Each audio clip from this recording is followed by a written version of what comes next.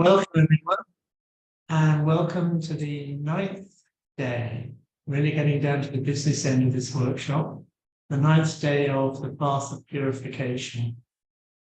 Before I introduce the speaker for today, let's just step back into a few moments silence.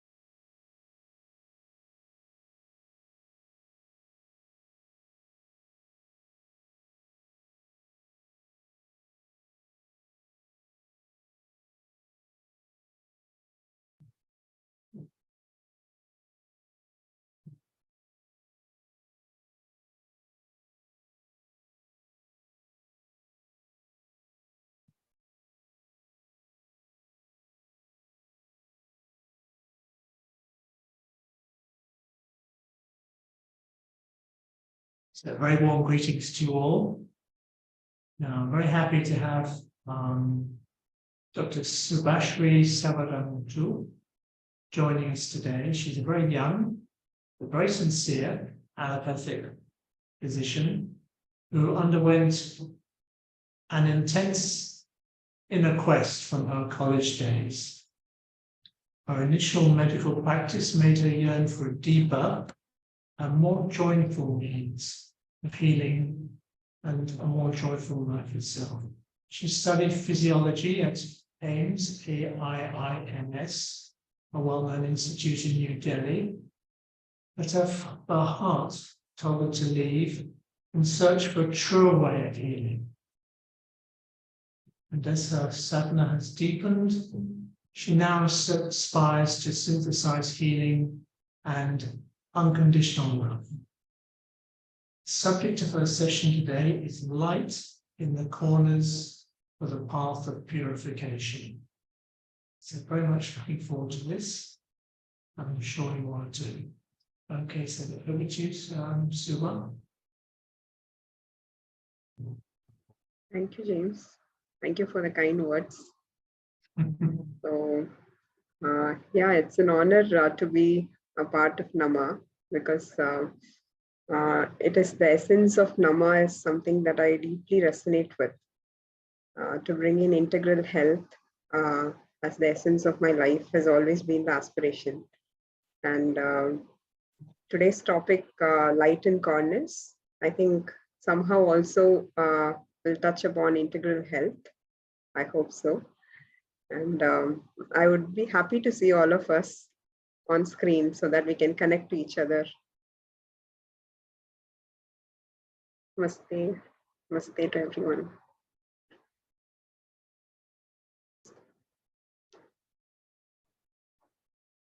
Shashwati ji, Jayashree ji. It'll be good to see everyone on camera. Anna ji, Joshi ji. Is it possible for you to turn on cameras?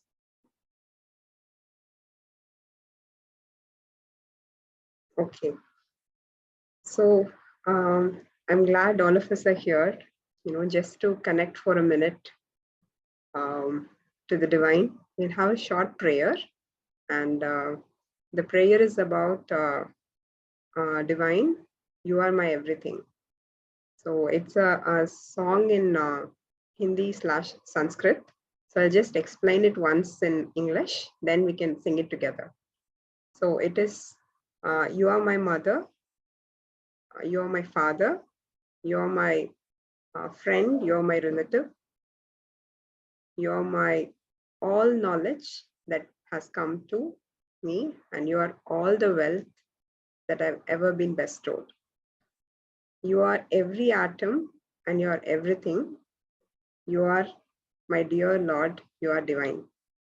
Yeah. So we'll sing the song. I'll start. If someone knows, you can sing along.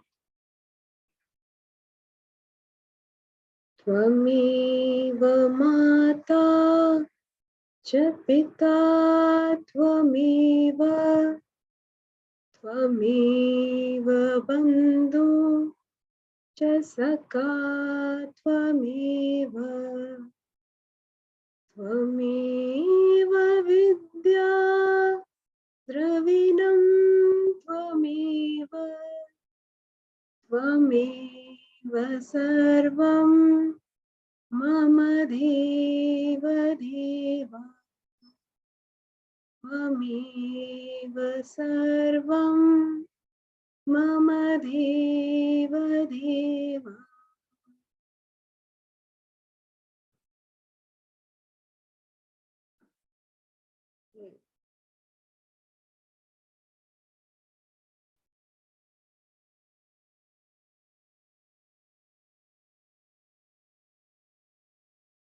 Hopefully we can come back whenever we are ready.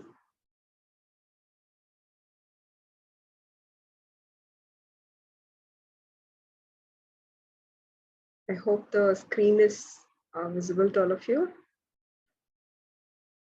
Yes, it's fine. Yes. Okay. So this is a very interesting topic that came to me when James asked, what would you like to present? And somehow I have always heard mothers say that, you should bring in light in the corners and you should keep refining yourself to bring in more light in places that may just hide under the carpet. So then I was reflecting on all the places that usually, just get slipped unnoticed, and reflecting on the personal journey of whatever has been blessed so far. I'm just giving a personal account of whatever I have been practicing or whatever has come to me. So the first thing that it was a revelation for the past 1 year, that always I used to feel that we need to serve with all of our body as an instrument to the divine. And when we become the flow, it's much easier. But to start a work, I had to always put a lot of will to initiate the work. And I don't know if it applies to everyone, but when we start becoming the flow, it's much easier. So there was this slight corner that I noticed, that the body is not fully aspiring to work. The body somehow is not fully open to working, but the mind is aspiring to serve the divine. So then there was this question, why is the body not naturally open to serving the divine? Why is the body not naturally light and flowing? Why is it not bubbly all the time? Then there was this seeking all the time, and the more you sincerely pray, the divine opens doors. And there was this mentor who came, who was a nature cure practitioner, and he had suggested that the pranic energy, the vitality, when it is abundant and flowing, what you're seeking will naturally unfold. Like the body is already happy, the mind is already calm without doing much effort.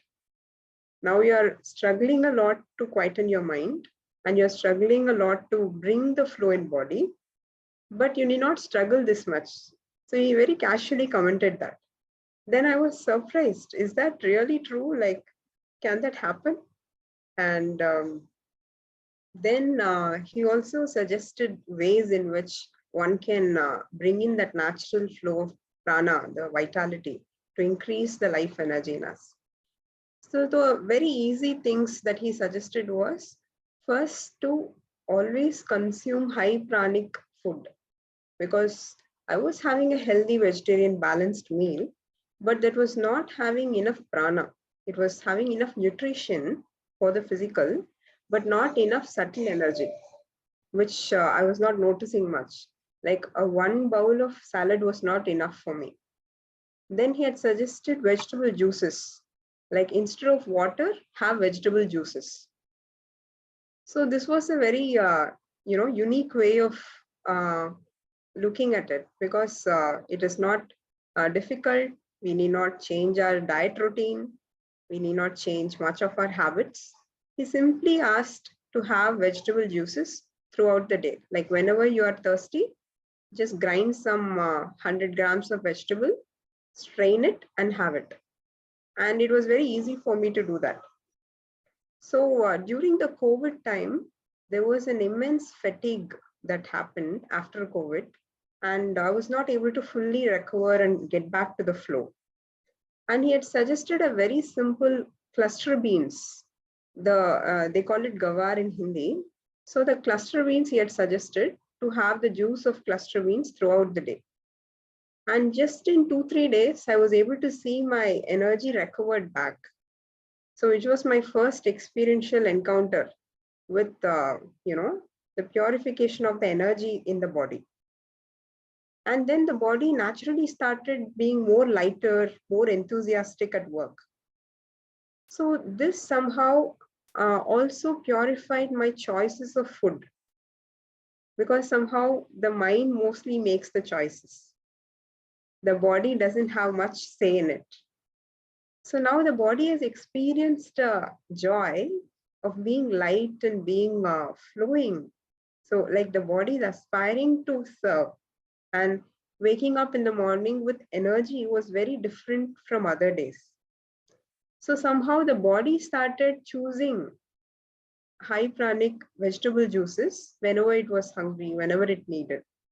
So then I started noticing there is a purification of choices in the food that we start making.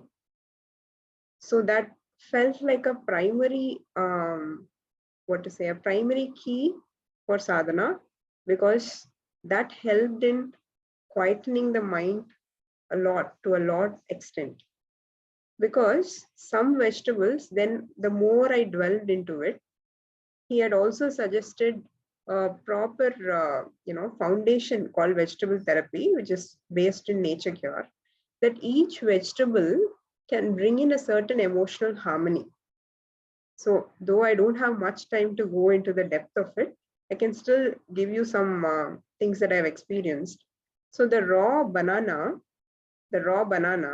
you just slice them and have some little bit of jaggery, have a bowl of raw banana salad, one raw banana every day. It has immensely high prana and high serotonin level. So always, instead of fighting negative thoughts, it naturally keeps you in a positive state. So it naturally purifies your mind. So which was so easy, rather than putting so much will to fight negative thoughts or surrender. Naturally, the thoughts that were flowing were always enthusiastic and positive. So this is something that I noticed. And ash god just literally brings so much balance in the digestion and the calmness of the mind. Ash god juice, which is very alkaline.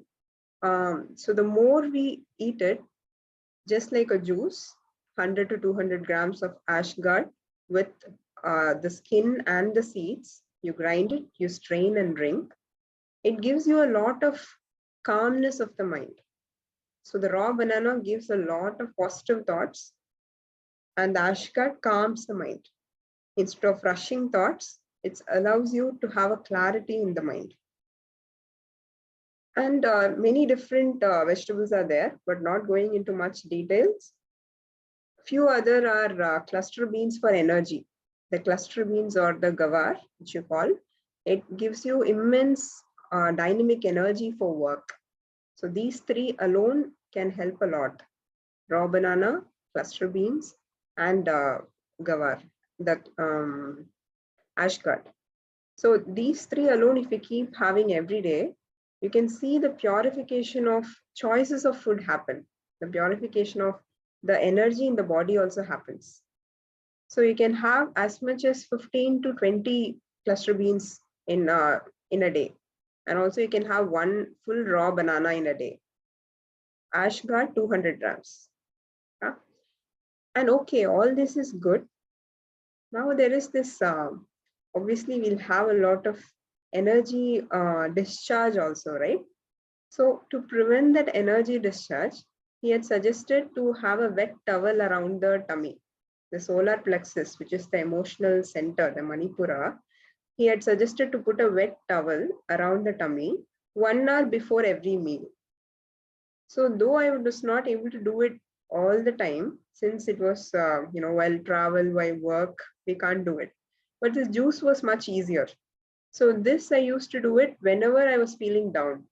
So whenever I was feeling down, when immediately we put a wet pack around the tummy, immediately you get much cooler in the abdomen and you feel much relaxed. So this was a very experiential noticing. You can also experiment and see. So whenever you're feeling emotionally down, you can have a day where you're fully having these juices and having wet pack for 1 hour just before meal. So that will also help. And the more we start consistently having every day these, you start seeing the body is getting purified. So that is the beauty of it. Like the body is getting purified and the body starts naturally wanting to work as an instrument. Instead of finding it so hard to initiate work, it naturally starts getting initiated. Like you think and you immediately start working. There is no gap. So this is something that I've been noticing. And I hope, is there any doubts? Okay. I'm able to see only 2 people. So others, if any doubts, you can unmute and ask. Okay. So this is another corner that I was always quite surprised, because most of the times this ego comes in places of taking ownership in actions. Like we are very clearly seeing that something beautiful has flowed through us, and immediately we recognize that we can't take credit of it. So in those moments, we are very humble, and then we say that, yes, it's absolutely the divine at work. I can't take credit for it. But when we are talking as well, at each second, if you really notice, the thoughts are naturally flowing and the thoughts are naturally becoming words. Like whatever thoughts it may be, it is spontaneous. This I thought takes ownership that I am the speaker. I am doing it. Even the purification, the divine herself is doing it. The words, whatever has flowed, it is the divine herself which is speaking through each one of us. In terms of the thoughts, we are not controlling each neuron. We are not connecting and the neurons to the vocal cords. The vocal cord knows how to operate, right? Can you see that now? The vocal cords naturally know how to operate. The ears naturally know how to hear. It is the divine which is actually operating on its own. But the mind thinks, no, I am only hearing. Can we really hear? Yes. We cannot operate any neuron in the ear, no? If we are given the organ of corti, which is the sense organ of the ear, can we actually operate it and hear? But we think that I am hearing. We think that I am speaking, right? So there is this very subtle corner you should be very aware of, that often there is this idea that I am speaking, I am hearing, I am seeing. But the truth is, the vision is naturally unfolding. We cannot control the retina, we cannot control the vocal cords. So this awareness brings so much humility and also so much wonder that the divine is with us all the time. And there is this wonder that the divine is actually hearing this moment, right? I actually wanted this to be a more experiential session, but then it's a 1 hour session. So I couldn't, I wanted to concise these topics. So I'm just giving you hints of it. Hopefully someday we can make it an experiential session. Some practices while speaking to bring to the awareness that who is speaking. So first, really, to all the time we have this idea that I'm speaking, I'm this personality, I'm speaking. So to really quieten and to ask this question, this voice is happening. Do I really know how to create this voice? Such contemplations really help to really detach and to really see who is actually making this happen in this very moment. Like divine is the one who is living this body. He is the one who is actually living this life. But the ego thinks that I am living it. So to quieten and to see before each word that the word is spontaneously unfolding, the word is spontaneously heard while talking also. Like while I'm talking, the listening is also spontaneously heard. Right? So the divine is continuously making these things happen. Like even the heart is continuously beating. I'm not making the heart beat, but I'm thinking that I'm in control of my life. Right? So this beautiful immersive witnessing while speaking is a wonderful corner that was revealed to me. Like if you really want to catch hold of the ego, catch hold of it while you're talking. Then you will not take credit of anything that you have spoken, nor any action that you have done. This was something very beautiful that has come. Yes. Another much difficult corner. This corner was, what to say, it's a very important corner in every sadhak's life. Because everyone, when we begin the journey of sadhana, there is some intense pain that would have pushed us towards the journey, or through the journey some intense pain will come. It tests our surrender, it tests our sadhana. So in those times, can we really keep that light alive?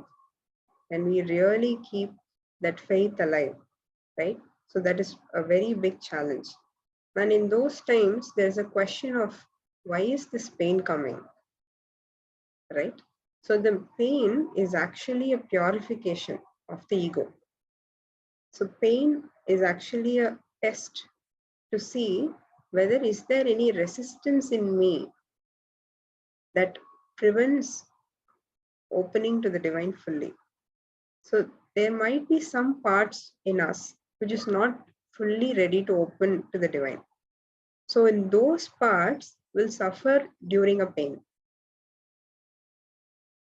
So I was very happy when this beautiful line from Savitri had come. This had come as a WhatsApp message. That exactly, no, as a WhatsApp status. Like I was in pain and I was actually asking this question, why is pain coming to me? And the next 2 seconds, I'm seeing this WhatsApp status. So how beautifully it was answered. It is just to break that dead resistance in the mortal's heart. Then to really reflect, oh, pain is actually purifying me. So what are the parts that is actually resisting is something that was going on as a reflection. And then, just a minute, I'll have some water. If you want, you can read this.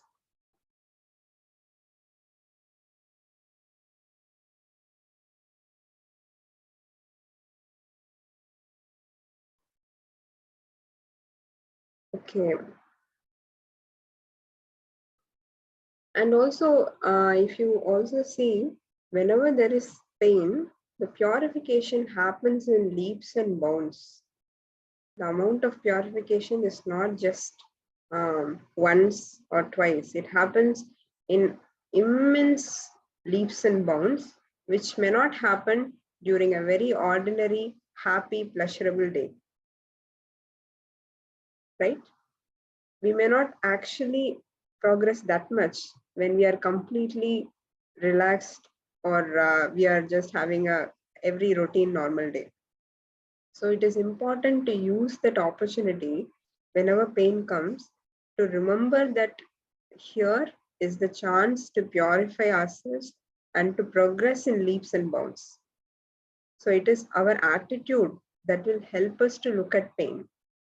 If you look at pain as a, as a harm that someone has given, or we can look at pain as a blessing of the divine to help us climb towards the sun, like Sri Aurobindo says. So this is something that has been coming again and again for me. And also the purification of ego. Sometimes we feel that the ego is sometimes giving up also. During pain, it becomes so hopeless and it just gives up, right? And sometimes the ego, it sometimes says that I am helpless, but I have trust in you. I actively surrender to you.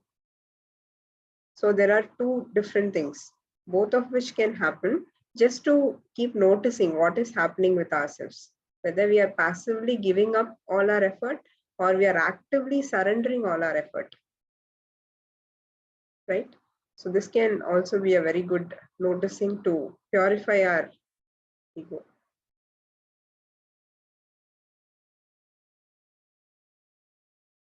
So recently a family member was very ill, and how do we really bring in faith during a very critically ill time? So it was very heart-wrenching, and at that time these practices had just come from within. It was like a small nudge: visualize grace.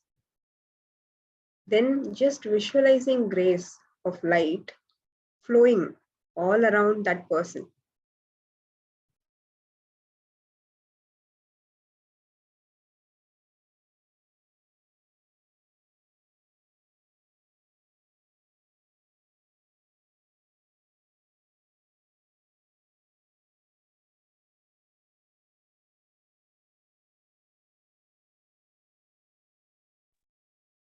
My throat is not well.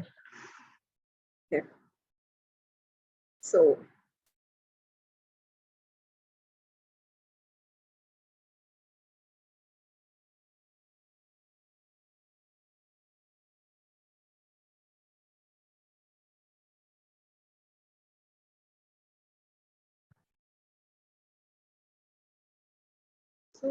when you're visualizing the best possible outcome, just to visualize that person being really happy and healthy, even it can be for ourselves when we are really sick, to really visualize that grace is flowing all throughout us, throughout our body. It is touching each cell. It is awakened by that light. It purifies immensely, because in pain, the whole of body is fully open to the divine, because the body has now surrendered. Especially during sickness, if you see, surrender is much deeper. As long as we have energy in our body, we think that we can do this, we can do that. But when the body is sick, the body really wants to surrender. So we can make use of those opportunities to purify surrender, to purify our ego, to really bring in more and more light, to connect to the divine deeply. And that purifies the ego a lot. And those moments have to be remembered after the sickness is over as well. Who really cured me? Sometimes the ego says, I had surrendered, that's why I'm all right. So again and again, purifying that ego as well. So these are the corners, these subtle corners prevent pure surrender. So these are the things I've been noticing, and constantly, these are the things that has been given to me more than that. So constantly knowing during pain that this is for growth, instead of actually throughout the day during the pain, reminding oneself this has come for growth, right? This will really help us to have the clarity of why the pain has come. Otherwise, we may fall or succumb to it. Yes. Any sharing? Would you like to share your own experiences?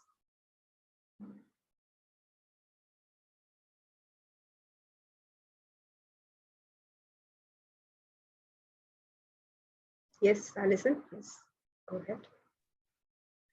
Yes, I have the experience of having good days and then bad days.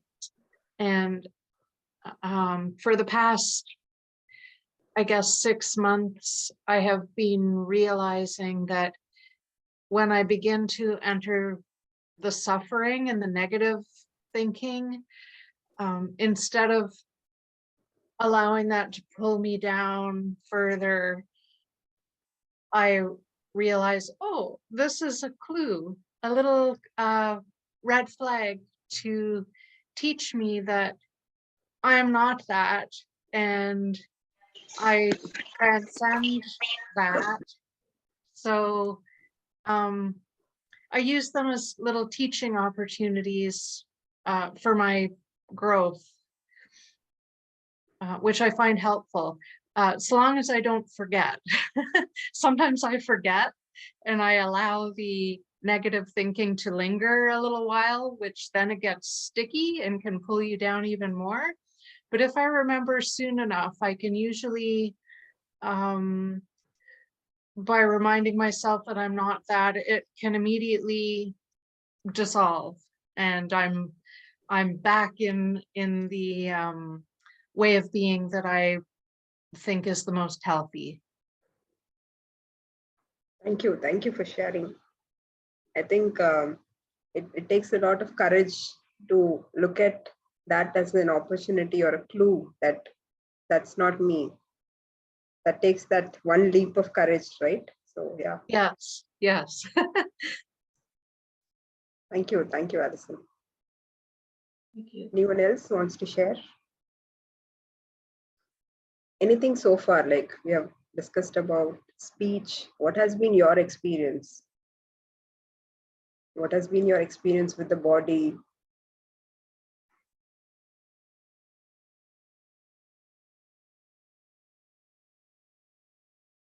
Should I invite by taking names?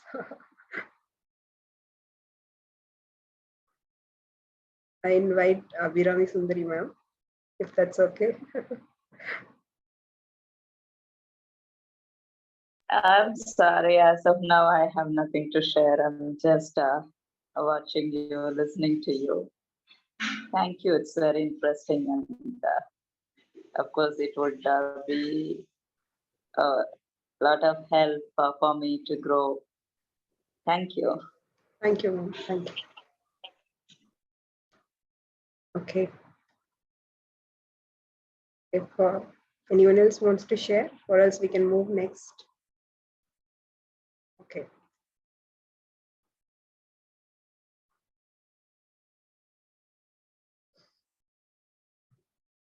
Yeah, this is yet another corner that has been coming. Like in the initial days, there used to be this very intense seeking during the college time. The more, as a doctor, we see more and more suffering. So it's like an initiation comes early because you are seeing death every day. And you start questioning life, right? So in that sense, there was this constant thing that there is some deeper calling in life. There is my inner calling, right? And I was like, I have to find my Swadharma that was there all the time. And there was this very intense seeking that happened. There was like constant day and night. There was only seeking. I was not able to study also. It was just putting my life upside down. And when all that happened, there is this subtle idea that I am seeking. I am a very sincere sadhak, right? But actually the seeking was given to us. It is the divine who wants us to seek, and it is actually given to us. Even if we try to escape, the divine brings us back. it is not actually my seeking, then slowly the ego starts looking at it. Oh, it is the divine who has blessed you with this question of constant questioning, because I was not able to escape out of it. And for each one, it might be in some way that I am a spiritual sadhak. Like my journey is, much, it's more reverential, or it's more pure journey compared to others. Such kind of feelings very subtly might creep in as a sadhak. There are some spiritual egos that come. When we see people who are not on the path, we feel that, oh, I'm on the path. Why can't they come on the path? That will be better for them. But sometimes it may come out of compassion, but sometimes it may come out of ego as well, that you are better and this path is better. So to really see who really has given us this opportunity, who has blessed us with the seeking, was one corner that was revealed. So you keep seeing the corners. So it is the divine who aspires in us and through us. Who is aspiring? It is the divine who is aspiring to come and manifest in the physical. And how do we really keep this corner clean and full of light? So there was this wonderful meditation that again came. As I was holding space, it was just to see the humility. We just become so humble when we, for a minute, just look around and ask these questions. Do I really know how each of these atoms work all around me? Right? I know how the laptops work, but I know how the electrons move around, how the molecules are holding things together. Do I know how electricity works? Like the mind thinks, I know physics, chemistry, everything. But truly to look at it with fresh eyes, to really see it with fresh, open-minded eyes, to see and humbly accept, I don't know anything. I really don't know even how my body is working. Right? But still the mind sees, I am a sadhak, I have known something on the path, I am better than others. So this is a corner we have to really keep looking at. And this corner always is important to keep it full of light, because that small corner can just prevent the abundance of blessings that divine can give us. To really be humble, to really be seeing that I know nothing, again and again to see with fresh eyes that I truly don't know anything. I don't know how the electrons are evolving, how all of this has been created. And then this vastness meditation. This is all for just that one small little ego that plays a big role to connect to the universe, like starting from the size of who we are, like the zooming out of the Google map. Just zoom out and zoom out and zoom out and keep going to the city, then the state, then the country, then the earth, then just go out of all the planets and just keep going and going. You can't find a boundary to the universe. Then compare the size of what our mind is. And do we really know how all of this zooming out, the planets, how do they revolve? What are they there for? We don't even know anything, no? So that connecting to that vast divinity, which knows everything, which knows and is orchestrating the universe in perfect order, silently. It's not, divine has never boasted. It is only the humans who are boasting after each exam. I am the topper. After each job, I'm getting a promotion. So to keep connecting to that vastness, to see who is really doing it. It is her grace. It is the divine's grace at work, that even this beautiful journey of knowing something of true essence, to even know who is the true essence of life has come to us. That the mortal mind is not of any use. So it is her grace at work.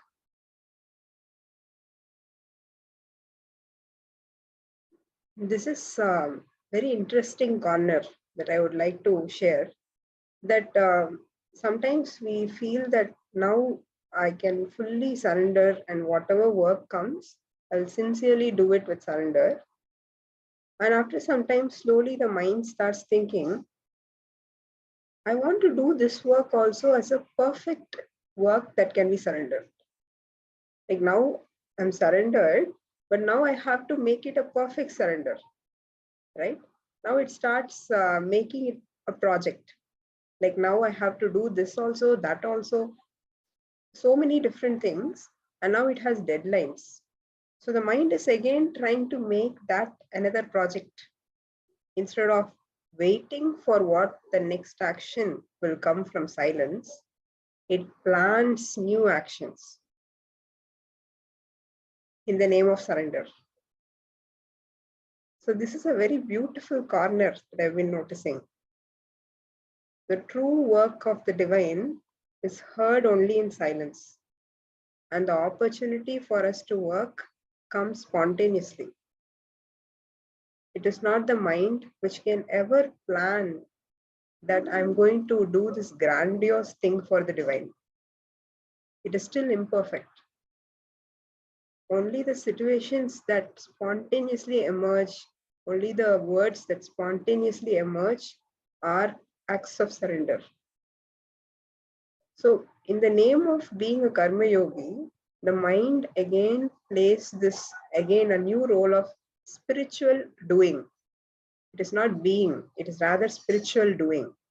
So this doing is very interesting because it is quiet under the facade. It is very difficult to break it because it is in the name of spirituality. Doing so many things in the name of spirituality. So the mind is very clever.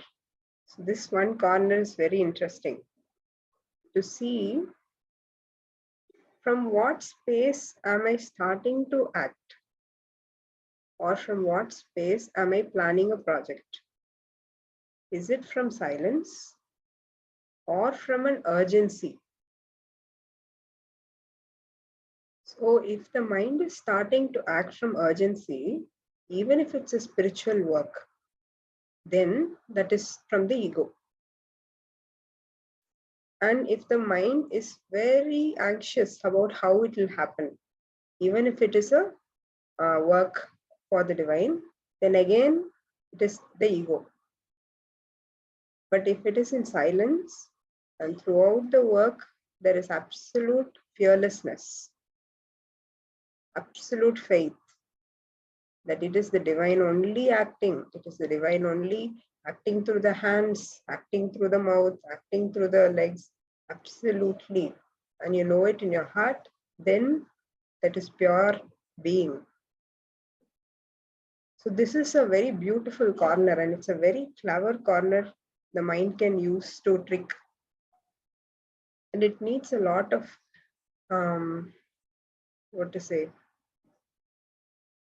dedication to witness the mind throughout the day.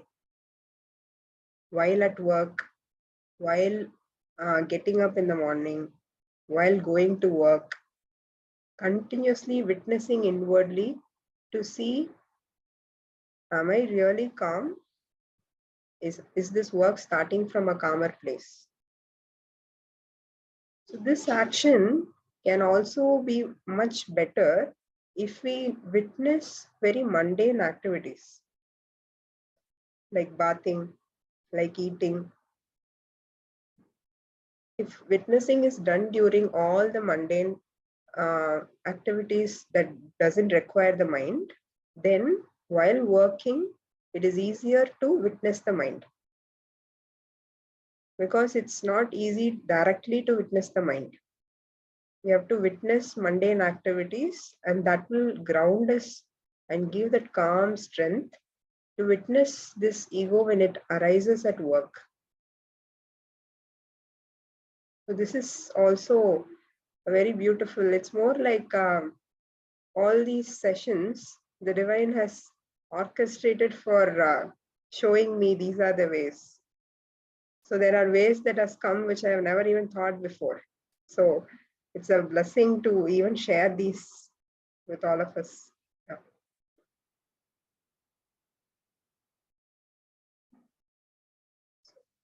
So this is a very interesting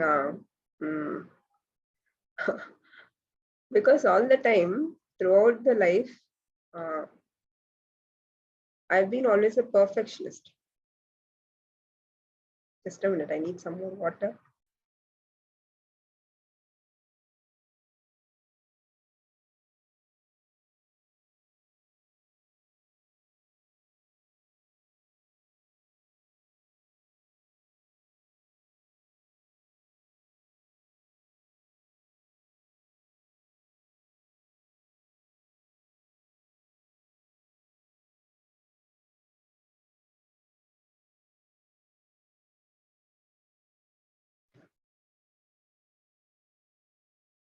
So this quality of being a perfectionist somehow starts dripping into all actions we do. Maybe most of us here are in more acceptance. I was not in acceptance. I was not in acceptance of my own actions. I always wanted to aspire higher, aspire higher. So nothing was ever enough. I was always aspiring for a perfection.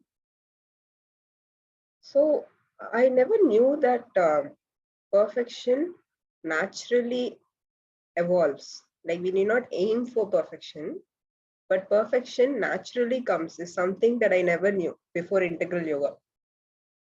So it is the divine who has revealed this also in terms of how does a work happen towards perfection? Do we aspire?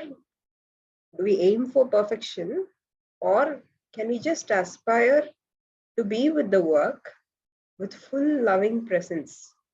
Like fully being there with the work, with that full loving presence. And naturally, the divine will give whatever perfection that is needed for that work.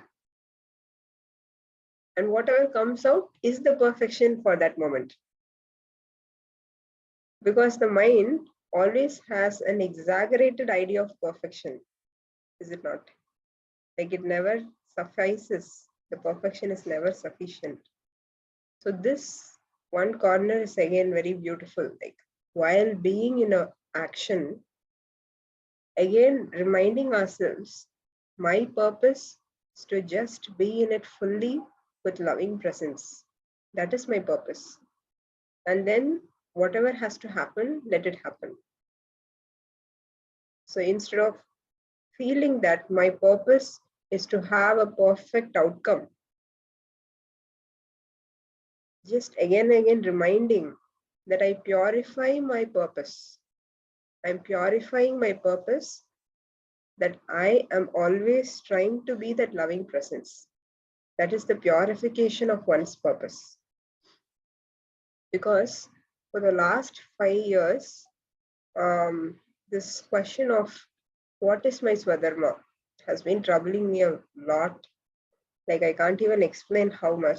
There are days that I could not sleep. So what is my Swadharma is the question.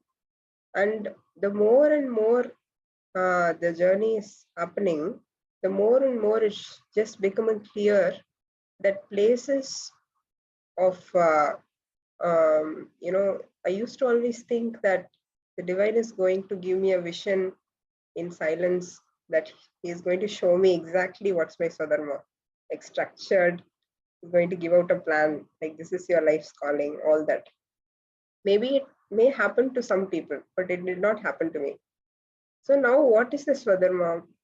Then somehow there was a guidance that wherever you feel love, wherever you feel genuine love and joy, follow that energy, be with that work, be with those people. So this was something that came from within, and somehow there was again grace that to be courageous enough to follow that, because it was absolutely very different from the mainstream being a medical doctor path. So there was so many taking so many diversions, going from absolute hospital end to doing yoga and expressive arts therapy, so many different things that a normal medical doctor may not do. But in those moments, again, this came that the true Swadharma is being all the time. The true Swadharma, at least for me, it was to being in that silence, to being in that complete, deepest silence possible at all moments. And that is the true Swadharma. And whatever actions shall happen through you, it will happen through you. So this was the final thing that somehow the heart also accepted. Okay, it finally seems to resonate with whatever is happening. So in the name of inner calling, in the name of Swadharma, the mind keeps ranting. So all those things can be purified if you're really quiet to see that the purpose is that loving presence. It is not that outer action that matters. Yes. So yeah, I'm finishing a little early so that there can be some sharing, there can be some interaction. With all the deepest gratitude.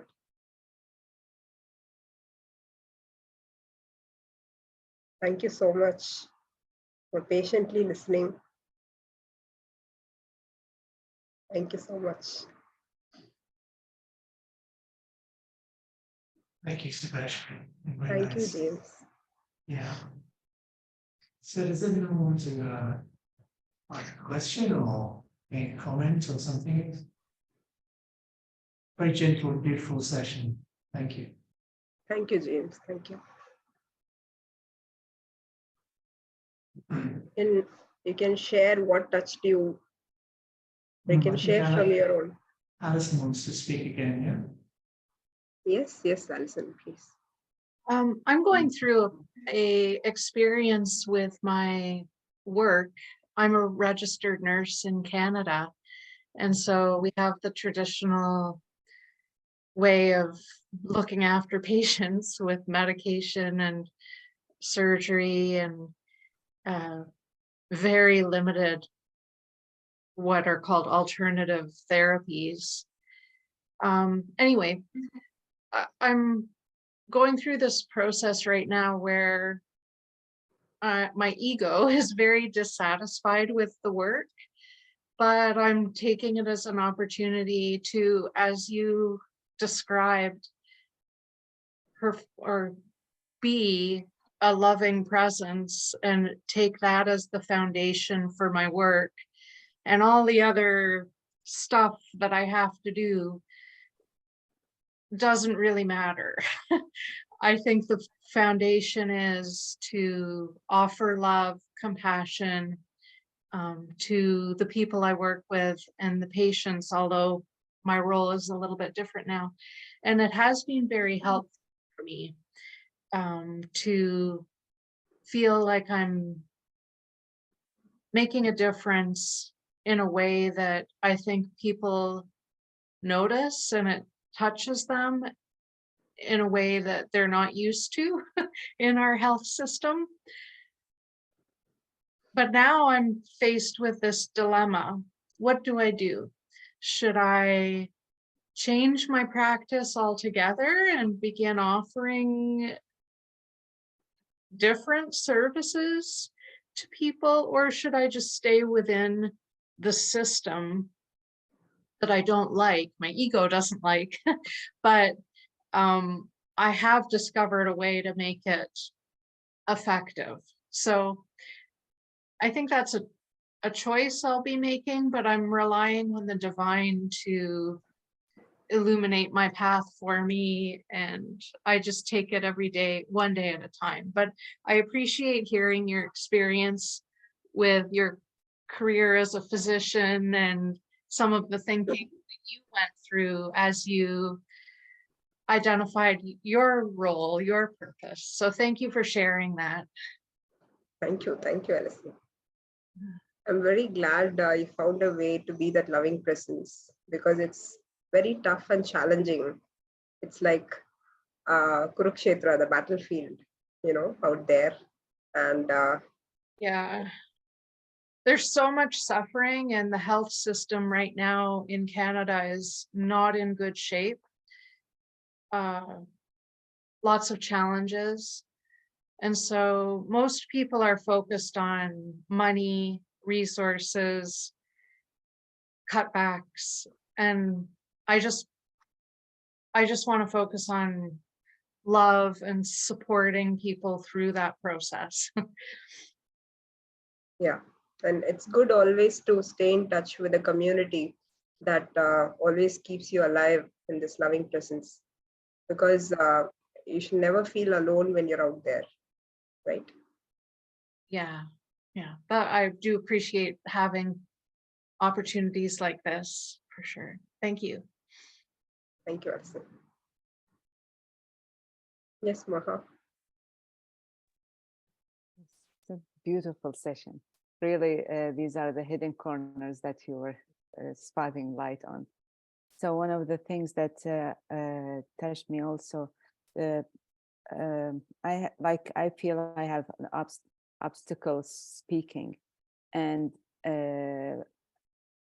like I did some work on speech with Purnam, and it really opened the door that in silence, connecting to silence brings the speech from the other dimensions. And I still feel it's not flowing, but I feel certain changes, like sometimes things happen that I feel it's not me speaking. So it really makes a difference, and thank you for mentioning this. Thank you, Maha. Thank you. You're sometimes know that beautiful sincerity you're blessed with, that takes you and purifies. Yes, thank you.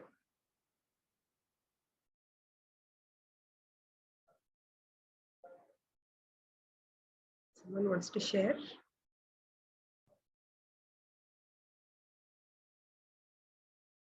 I would love to see everyone on camera once, if it's okay. Chetna, Chitraji. You can just connect to each other's heart center for a minute to acknowledge the presence of all of us here.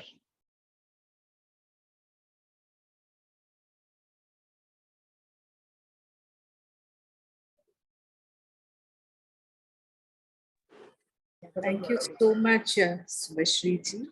It was a wonderful session. I was so touched with the speech part, because this is, I always used to think, how the words are coming out from my mouth. But beautiful, I really got touched with that. I will work on it more. Beautiful. Thank you, Shalini. Overall, every part was beautiful, but I was really touched with the speech part. Beautiful. Thank you. Thank you so much. It was truly grace that as we walk with so much prayer, the grace guides us, like giving subtle nudges. Look at this corner. See here, the ego is coming. Oh.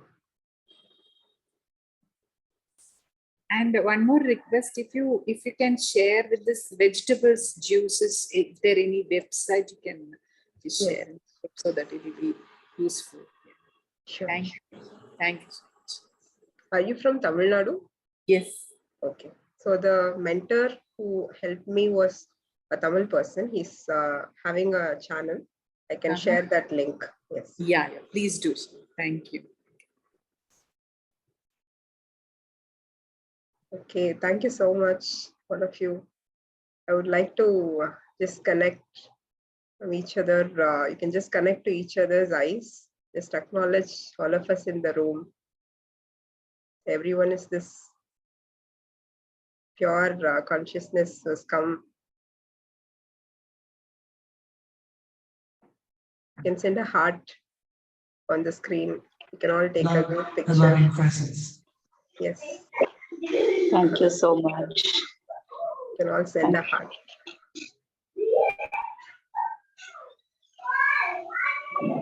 Thank you so much, James, for organizing this beautiful Bye. session. Thanks a lot. You're welcome. Thank you. Okay, bye bye.